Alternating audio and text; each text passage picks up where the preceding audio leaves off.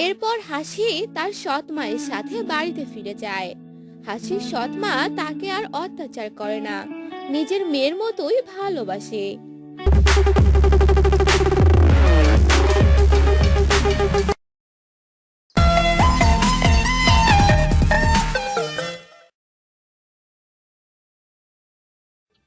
গোবিন্দপুর নামক একটি গ্রামে মিনা তার মায়ের সাথে বাস করত।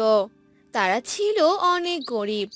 মিনার মা অন্যের বাড়িতে কাজ করত, আর এভাবেই তাদের সংসার চলতো। একদিন মিনার মা মিনাকে বলে, মা মিনা, মিনা।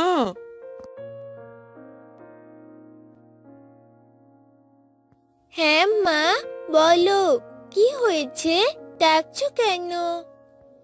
মা, আমি কাজে চলে গেলাম, তুই বাসাতেই থাক মা। আচ্ছা মা, ঠিক আছে। তারপর মিনার মা কাজে চলে যায়, আর মিনা বাড়িতেই থাকতে লাগে। কিছুক্ষণ পর মিনা বলে, বাড়িতে একা একা ভালো লাগছে না, যাই বাইরে গিয়ে একটু খেলে আসি। এই বলে মিনা বাইরে খেলতে গেল আর বন্ধুদের সাথে খেলতে লাগলো। সন্ধ্যা হয়ে গেল। মিনার মা বাড়িতে এলো আর মিনাকে বলল, কিরে মা, কি করছিস? কিছু না মা, তোমার জন্য অপেক্ষা করছি। আমার যে খুব খিদে পেয়েছে, আমাকে কিছু খেতে দাও না মা। আচ্ছা দাঁড়া, আমি রান্না করছি, একটু অপেক্ষা কর। এরপর মিনার মা রান্না করতে গেল, আর রান্না করে তারা খাবার খেয়ে রাতে ঘুমিয়ে পড়ল। পরদিন সকালবেলা মারে, আজকে তো তোর স্কুল খোলা, যা যা, স্কুলে যা। আচ্ছা মা, ঠিক আছে। তাড়াতাড়ি চলে আসিস কিন্তু। এই বলে মিনার মা তার কাজে চলে গেল, আর মিনা রেডি হয়ে স্কুলে চলে গেল। এভাবেই তাদের ভালোভাবে দিন যেতে লাগলো।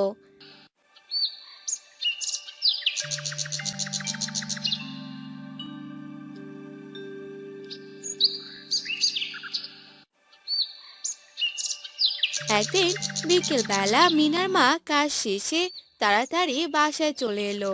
তখন মিনা তার মাকে বলল, কি হলো মা, তুমি আজ এত তাড়াতাড়ি চলে এলে যে? মারে, আমার শরীরটা ভালো লাগছে না, তাই তাড়াতাড়ি চলে এলাম। আসো মা, তুমি বিশ্রাম নাও, আমি তোমার জন্য খাবার আনছি। না রে মা, এখন কোনো খাবার খেতে ইচ্ছে করছে না, পরে খাবো।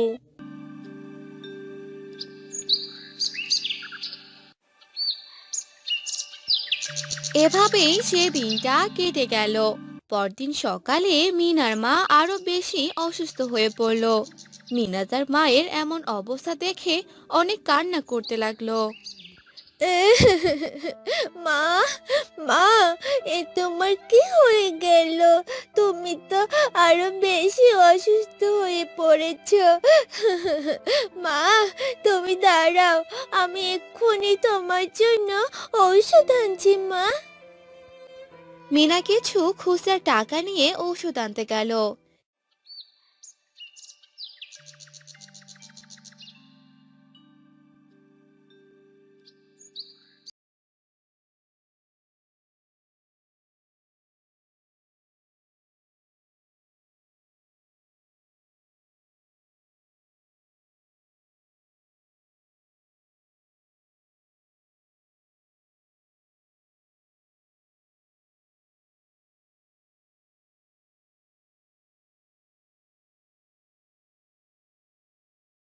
বসে কাঁদতে লাগলো।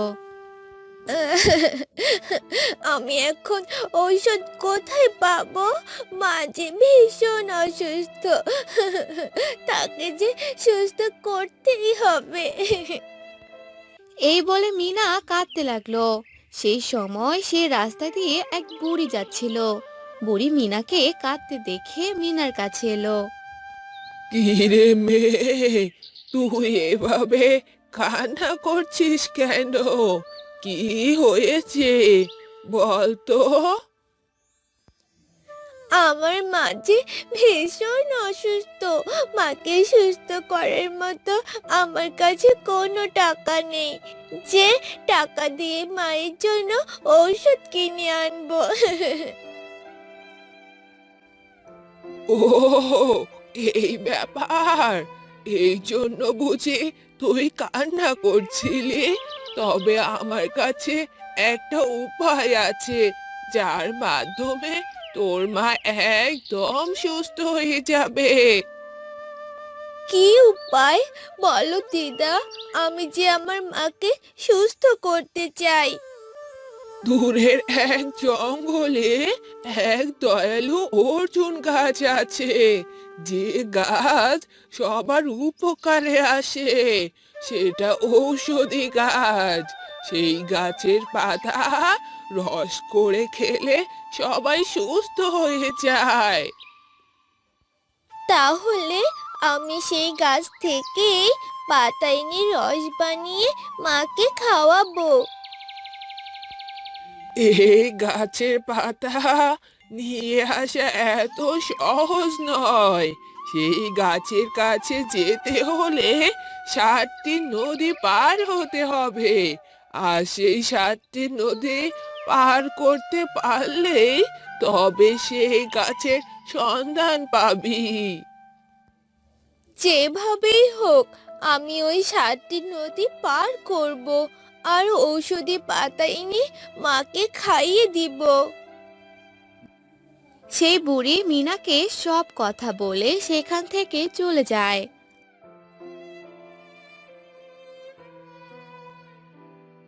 আর মিনা প্রথম নদীর কাছে যায়, আর সেখানে একটা নৌকা দেখতে পায়। আর সেই নৌকাতে উঠে যেতে লাগে। তখনই সেই নদীতে অনেক জোরে ঢেউ আসতে লাগলো। একি একি কি হলো এটা? এত ঢেউ কোথা থেকে এলো? আমি তো মনে হচ্ছে পড়েই যাব। মিনা অনেক কষ্টে নিজেকে সামলিয়ে নিল আর এক এক করে 7টি নদী পাড়ি দিতে লাগলো। আর শেষ নদী পাড়ি দেওয়ার সময় এক কুমিরের কবলে পড়লো। আরে, এতদিন পর এই নদী দিয়ে কেউ মনে হয় যাচ্ছে। আজকে তো আমার রাতের ডিনার হবেই হবে। হা হা হা হা হা। এই বলে কুমিরটি মিনার নৌকার কাছে এলো। আর তখনই নৌকাটা থেমে গেল। তখন মিনা বলতে লাগলো, একি কি হলো এটা? নৌকাটা এভাবে থেমে গেল কেন? কি হলো আমার? এই যে মেয়ে, কোথায় যাচ্ছ? তোমায় যে আমি খেয়ে ফেলবো। অনেক দিন পর মানুষের মাংস খাবো। হা হা হা হা। একি আমি কোন বিপদে পড়লাম আবার? না না, এ হতে পারে না। কুমির ভাইয়া, প্লিজ তুমি আমাকে খেও না। তুমি আমাকে খেয়ে নিলে আমি আমার মাকে বাঁচাতে পারবো না। আরে আরে, তুমি কান্না করছো কেন? কি হয়েছে তোমার মায়ের? এরপর মিনা তার মায়ের অসুস্থর ব্যাপারে সব কথা খুলে বলে। এসব শুনে কুমিরের অনেক মায়া হয়। তোমার এত কষ্ট দেখে আমার অনেক খারাপ লাগছে। যাও, আমি তোমাকে ছেড়ে দিলাম।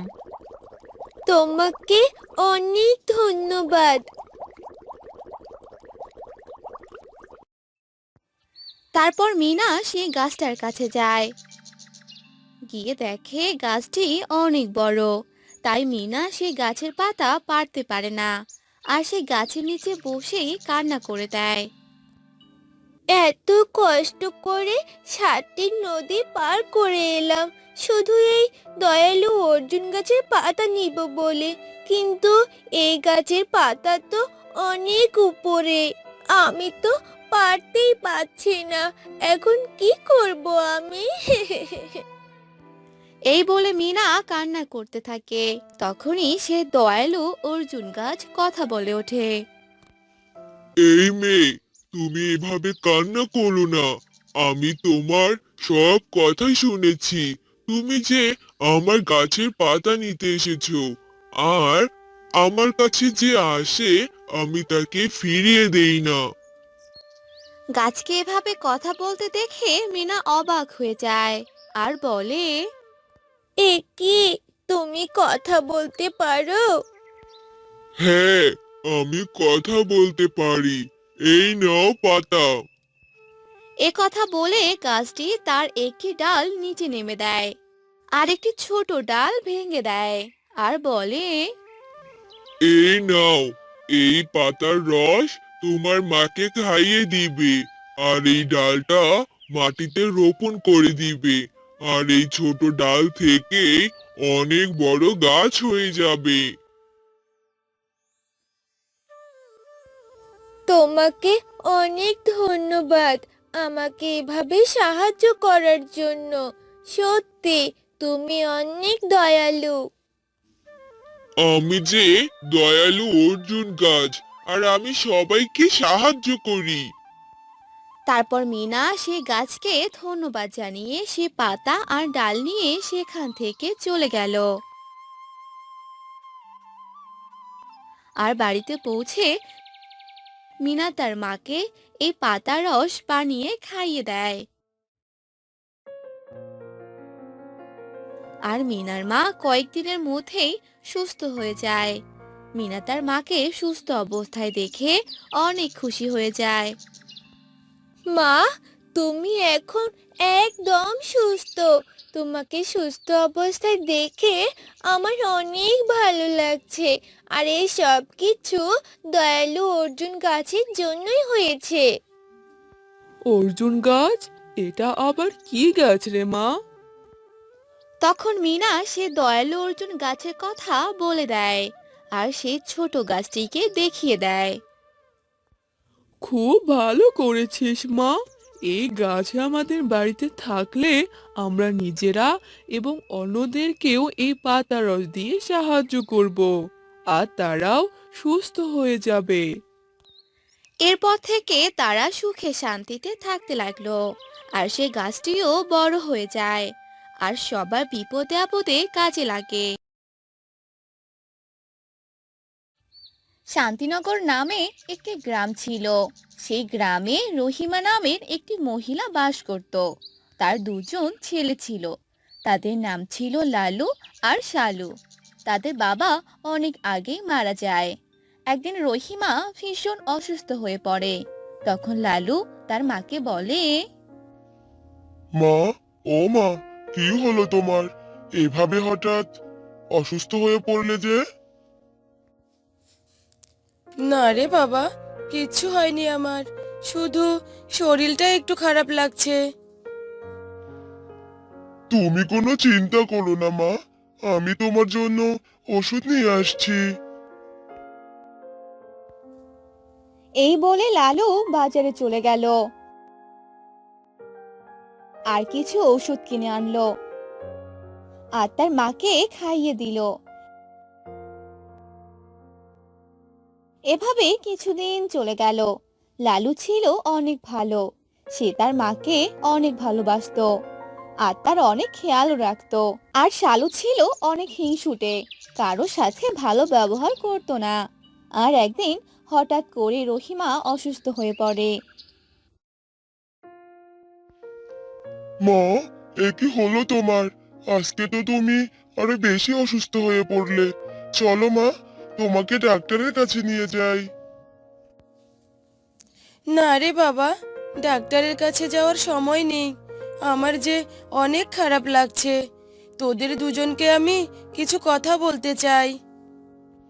হ্যাঁ মা, বলো, কি বলবে তুমি?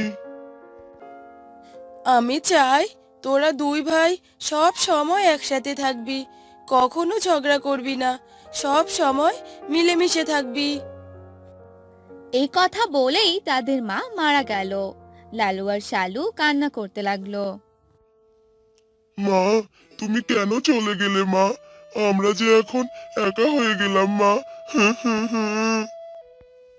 এভাবে কাঁদিস না দাদা, যা হবার তা তো হয়ে গেছে। চল এবার সবকিছুর ব্যবস্থা করে ফেলি। এরপর তারা দুই ভাই তার মাকে মাটি দিয়ে দেয়। আর এরপর অনেক দিন কেটে যায়। তখন লালু শালুকে বলে, শালু, চল বাহিরে যাই। আমাদের যে একটা কাজের ব্যবস্থা করতে হবে। কাজ না করলে আমরা খাবো কি? হ্যাঁ দাদা, তুমি ঠিক কথাই বলেছো। চলো আমরা কোনো কাজের ব্যবস্থা করে আসি। এরপর তারা দুজন বাইরে বের হলো আর মোড়ল মশাইয়ের বাড়িতে গেল। কিন্তু মোড়ল তাদের কোনো কাজের সন্ধান দিল না। তখন তারা দুই ভাই হাঁটতে লাগলো। তখন শালু বলল, দাদা, মোড়ল চাচা যে আমাদের কোনো কাজ দিল না, এখন আমরা কি করব? জানি না রে শালু, এখন আমরা কি যে করব। চল আর একটু সামনে গিয়ে দেখি। এসব বলে তারা দুজন হাঁটতে থাকে। হাঁটতে হাঁটতে তারা একটি জঙ্গলের কাছে চলে গেল। তখনই শালু বলে উঠল, আরে দাদা, আরো কোথায় যাচ্ছিস? সামনে তো বিশাল বড় জঙ্গল, আর ভিতরে যাওয়া যাবে না। চল ওই গাছটায় গিয়ে বসি। আচ্ছা, চল। এরপর তারা সে গাছটায় গিয়ে বসে পড়ল। তখনই সেখানে একটি বুড়ি চলে এলো। বাবা, আমাকে কিছু খেতে দাও বাবা, আমার যে অনেক খিদে পেয়েছে। আমরা তো নিজেরাই না খেয়ে আছি, আপনাকে আবার কি খেতে দিব? যান তো এখান থেকে। আরে শালু, এভাবে কেন কথা বলছিস? উনিও তো আমাদের মতোই অভাগী। ওনার সাথে এভাবে কথা বলিস না। এই যে বুড়িমা, আসলে আমাদের কাছে কোনো খাবার নেই। আমরা একটা কাজের খোঁজে বেরিয়েছি, কিন্তু কোথাও কোনো কাজ পাইনি। আচ্ছা বাবা, ঠিক আছে, তবে তোরা যদি বাসায় কোনো জমিতে কাজ করিস তাহলে আমারই তরমুজের বীজটা নে। তরমুজের বীজ? হ্যাঁ, এই বীজগুলো রোপণ করে দিবি, তাহলে দেখবি অনেক ভালো তরমুজ হবে। আচ্ছা বুড়িমা, ঠিক আছে। আপনাকে অনেক ধন্যবাদ এই বীজগুলো দেওয়ার জন্য। চল শালু, এখন আমরা বাসায় যাই। আচ্ছা ঠিক আছে, চল। তারপর তারা বাসায় চলে যায় আর তাদের একটি জমিতে বীজগুলো রোপণ করে দেয় আর সেগুলোতে পানি দিয়ে দেয়। এভাবে আস্তে আস্তে অনেক দিন চলে যায়। সেই বীজগুলো থেকে গাছ বের হয়। দেখ দাদা, বীজগুলো থেকে যে গাছ বেরিয়েছে, আর কদিন গেলেই তরমুজ হবে। আমি যে তরমুজ খাবো, অনেক মজা লাগছে রে দাদা। আর এগুলো বিক্রিও করে দিব, তাহলে অনেক টাকা পাবো। বিক্রি করার কথা পরে ভাবসালু, আগে ভালোভাবে তরমুজ হতে দে। আগে তরমুজ হতে তো দে, তারপর দেখ আমি কি করি। এভাবে কিছুদিন চলে গেল। আস্তে আস্তে সবগুলো তরমুজ বড় হয়ে গেল। এসব দেখে তারা দুই ভাই অনেক খুশি হয়ে গেল। তখন লালু বলে উঠল, বাহ, তরমুজগুলো তো বেশ ভালোই বড় হয়েছে। এই তরমুজগুলো আমাদের গ্রামের সকলকে খাওয়াবো, আর সবার কাছ থেকে দোয়া চাইবো। তাহলে পরের বার থেকে আরো বেশি করে তরমুজ ধরবে, আর সেগুলো ভালো হবে। এসব তুই কি বলছিস দাদা? সবাইকে দিবি মানে? সবাইকে দিলে আমরা কি বিক্রি করব? না না দাদা, এগুলো তরমুজ কাউকেই দেয়া যাবে না। আমাদের প্রথম ফলন আমরা সবাইকে দেব। না দাদা, আমি কাউকেই দিব না। আর তুই যদি দিতেই চাস, তাহলে তুই তোর ভাগেরটাই দে। তুই এখানে ভাগ কোথায় পেলি? এখানে আমারও ভাগ আছে, কারণ ওই বুড়িমা সব বীজগুলো তোকে দেয়নি, আমাকেও দিয়েছে, বুঝলি? এসব বলে লালু আর শালুর মাঝে ঝগড়া লেগে যায়। তখনই লালু বলে ওঠে, না শালু, তুই এমনটা করতে পারিস না। মা মারা যাওয়ার আগে বলেছিল তুই আর আমি যেন সব সময় একসাথে থাকি, আর এখন তুই কিনা এসব কথা বলছিস। হ্যাঁ দাদা, এসব কথা বলা ছাড়া আমার আর কিছু করার নেই। লালু তার ভাইকে অনেক বুঝায়, কিন্তু শালু তার ভাইয়ের কোনো কথাই শোনে না। তখন লালু সেখান থেকে অর্ধেক ভাগের তরমুজ শালুকে দিয়ে দেয়, আর শালু সে তরমুজগুলো বিক্রি করে দেয়। আর অন্যদিকে লালু সবাইকে দিয়ে দেয়। পরের বার লালু আর শালু দুজনেই তরমুজের চাষ করে, কিন্তু শালুর তরমুজ ভালো হয় না। এ কি রে দাদা, তোর তরমুজগুলো এত ভালো হলো, কিন্তু আমারগুলো ভালো হলো না কেন? এগুলো হলো সবারই দোয়া, যার কারণে এমন তরমুজ হয়েছে আমার জমিতে। এসব বলে লালু সেখান থেকে চলে গেল, আর শালু তার ভুলগুলো বুঝতে পারলো। আমার এরকম করা একদম উচিত হয়নি। আমি শুধু নিজের কথাই ভেবেছিলাম, অন্যের কথা একদম ভাবিনি, তাই আমার এরকমটা হলো। অন্যদিকে লালু সেই সবগুলো তরমুজ বিক্রি করে ভালো টাকা পেল, আর সুখে শান্তিতে থাকতে লাগলো।